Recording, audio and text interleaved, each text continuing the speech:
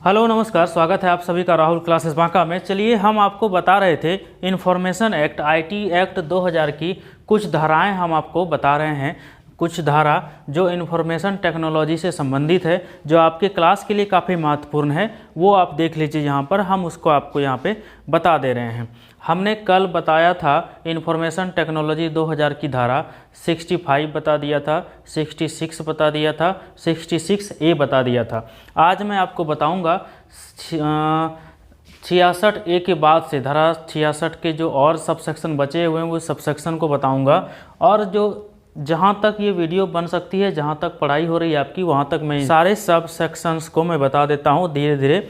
आप सारे सेक्शंस को पढ़ लीजिएगा। यहाँ पर हम सारी चीज़ों को यहाँ पे आपके सामने बोर्ड पर लिख दे रहे हैं, सब कुछ आपको पता चल जाएगा।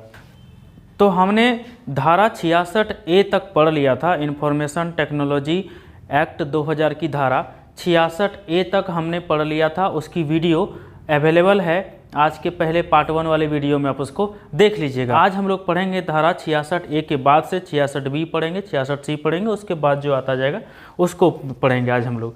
तो चलिए आज हम पढ़ते हैं आईटी एक्ट की धारा 66B।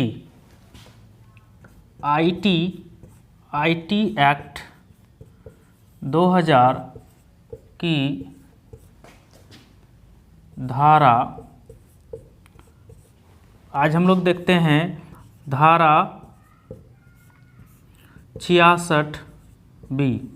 धारा 66B क्या कहता है, ध्यान से समझिएगा इसको कि धारा 66B क्या कहता है। धारा 66A में कहता था कि संवाद सेवाओं के माध्यम से जो प्रतिबंधित सूचनाएं हैं उसको भेजने के लिए दंड का प्रावधान किया गया था।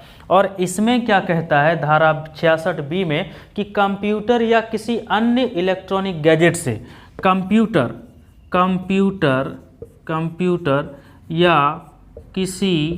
कंप्यूटर या किसी अन्य इलेक्ट्रॉनिक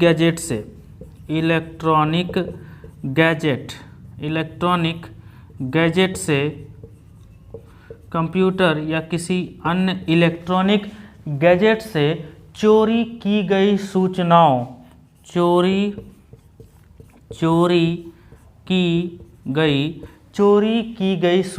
को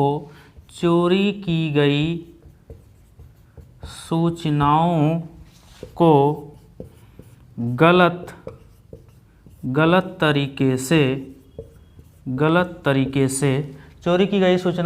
तरीके से हासिल करने के लिए दंड।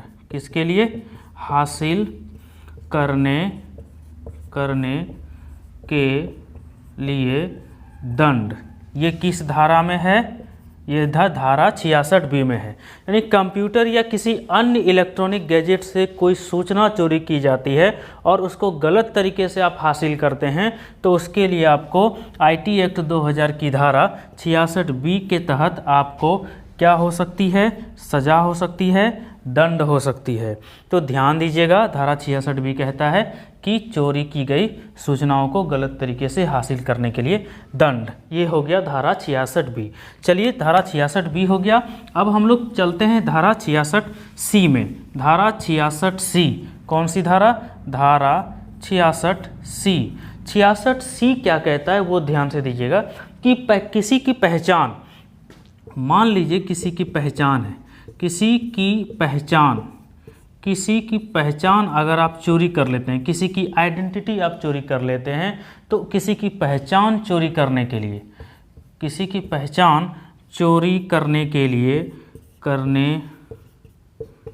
लिए दंड का प्रावधान है। किसका? दंड का प्रावधान है। मतलब अगर आप किसी की आइडेंटिटी चुराते हैं, किसी की पहचान चुराते हैं, तो आपको धारा 66C आईटी एक्ट 2000 की धारा 66C के तहत आप पर मुकदमा हो सकता है, आपको दंड हो सकता है। बात समझ में आई? ये है धारा 66C। अब चलिए अब दूसरे धाराओं में चलते हैं हम लोग, धारा 66D में। किसमें? धारा 66D। धारा 66D क्या कहता है वो समझिए कि अपनी पहचान छुपाकर, अपनी पहचान छुपाकर, अपनी पहचान क्या कर? छुपाकर, अपनी पहचान छुपाकर कंप्यूटर की मदद से, कंप्यूटर की मदद से अपनी पहचान छुपाकर कंप्यूटर की मदद से, अपनी पहचान छुपाकर कंप्यूटर की मदद से क्या करना, अपनी पहचान छुपाकर कंप्यूटर की मदद से क्या करना, किसी के व्यक्तिगत डाटा तक पहुंच बनाने के लिए, किसी के व्यक्तिगत डाटा तक पहुंच बनाने के लिए, पहुंच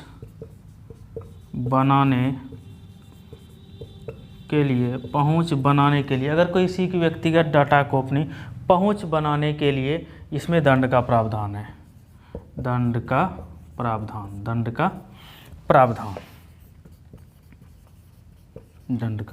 है।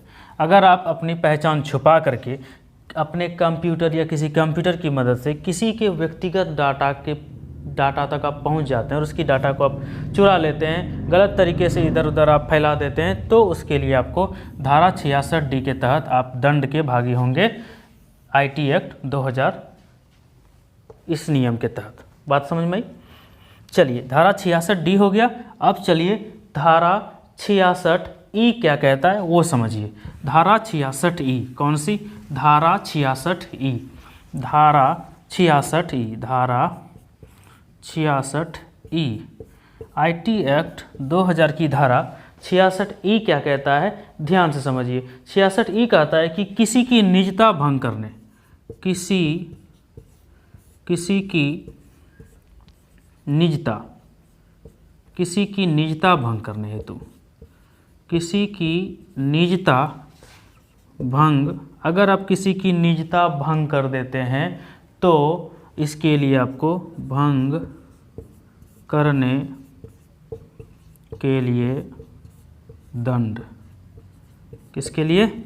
अगर आप किसी की निजता को भंग कर देते हैं, किसी की प्राइवेसी को आप हानि पहुंचाते हैं, तो उसके लिए आपको IT एक्ट 2000 की धारा 66E के तहत आप दंड के भागी होंगे। इस बात को ध्यान में रखिएगा, किसी की प्राइवेसी को आप नहीं निकाल सकते गलत तरीके से। समझ में आई बात आपको? तो 66E हो गया, ये 66E समझ गए आप अच्छे तरीके से। अब आप चलिए 66F देखिए क्या कहता है। धारा 66F, धारा 66F क्या कहता है, ध्यान से समझिए। E कहता था कि किसी की निजता भंग करने का एक प्रावधान है। F कहता है साइबर आतंकवाद। क्या बोलता है? ये कहता है साइबर आतंकवाद। अगर साइबर आतंकवाद, धारा 66F साइबर आतंकवाद के लिए दंड का प्रावधान, साइबर आतंकवाद के लिए दंड का प्रावधान, दंड का प्रावधान यहाँ तक है। बात समझ में आई? धारा 66F साइबर आतंकवाद के लिए दंड का प्रावधान। तो ये धारा 66 के सारे सब सेक्शंस थे जो हमने आपको बताया अभी। बात समझ में आई? ये सारे सेक्शन को आप याद रख लीजिएगा। धारा 66F तक, धारा 67 से लेकर के मैं दूसरे वीडियो में बताऊंगा। तो इसके पहले यानी कि धारा 65 और 66 और 66A के लिए सेपरेट वीडियो है, वो जा कर के आप देख लीजिएगा, हमारे चैनल पर अवेलेबल है। और ये धारा 66 तक मैं आज आपको बना के दे रहा हूँ। धारा 66 के सारे सब सेक्शन यानी 66F तक मैं आपको बना के दे रहा हूँ। इसके बाद 67 से लेकर के जो आगे की वीडियो होगी वो मैं आपको दे दूँगा। तो इसको आप ध्यान से पढ़ लीजिएगा, ध्यान से समझ लीजिएगा। अगली क्लास हम जब लेंगे तो हम इसको और विस्तार से बता देंगे एक एक करके कि ये क्या होता है, इसकी और सारी क्या क्या जो बातें हैं वो सारी चीज़ें हम बता देंगे। ठीक है, तो चलिए आज के लिए इतना ही। आप सबों का बहुत बहुत धन्यवाद, बहुत बहुत आभार आप सभी का। चलिए मिलते हैं अगले दिन इसी समय पर। Thank you, bye.